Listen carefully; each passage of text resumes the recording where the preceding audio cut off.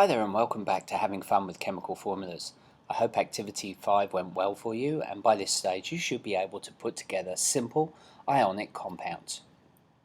In this tutorial we're going to look at what happens when we start forming our ionic compounds but they don't initially equal zero. The first thing that you need to do is don't panic! What you need to do is don't worry about it. Stay calm. Take a few deep breaths and follow these simple instructions. Find out firstly what you are deficient in. Is it positive ions or negative ions? Add the ion that you are deficient in until you equal zero. Now it may be a case of adding negative ions, positive ions. You may have to add a negative and then a positive and then a negative until it eventually equals zero. But be logical. Go through it step by step with the skills that we have shown previously in these tutorials. Let's do an example. In this case, what we're going to do is we are going to try and work out the formula of sodium oxide. Sodium oxide is made up of the two ions, the cation sodium and the anion oxygen. So, first off, let's copy and paste the sodium ion and place it in the CpZ.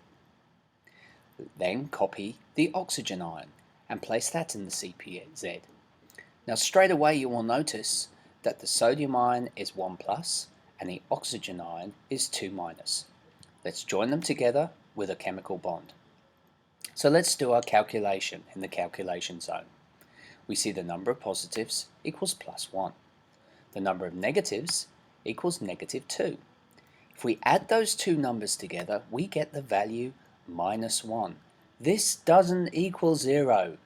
This is where you don't worry, stay calm, take a few deep breaths. What are we deficient in? Well, we need another positive. So let's add one. There's the sodium, which is added to the oxygen.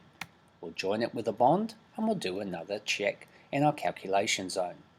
So the number of positives here are +2. The number of oxygens is -2. We add those two together and we end up with a total of 0. Yes, we've done it.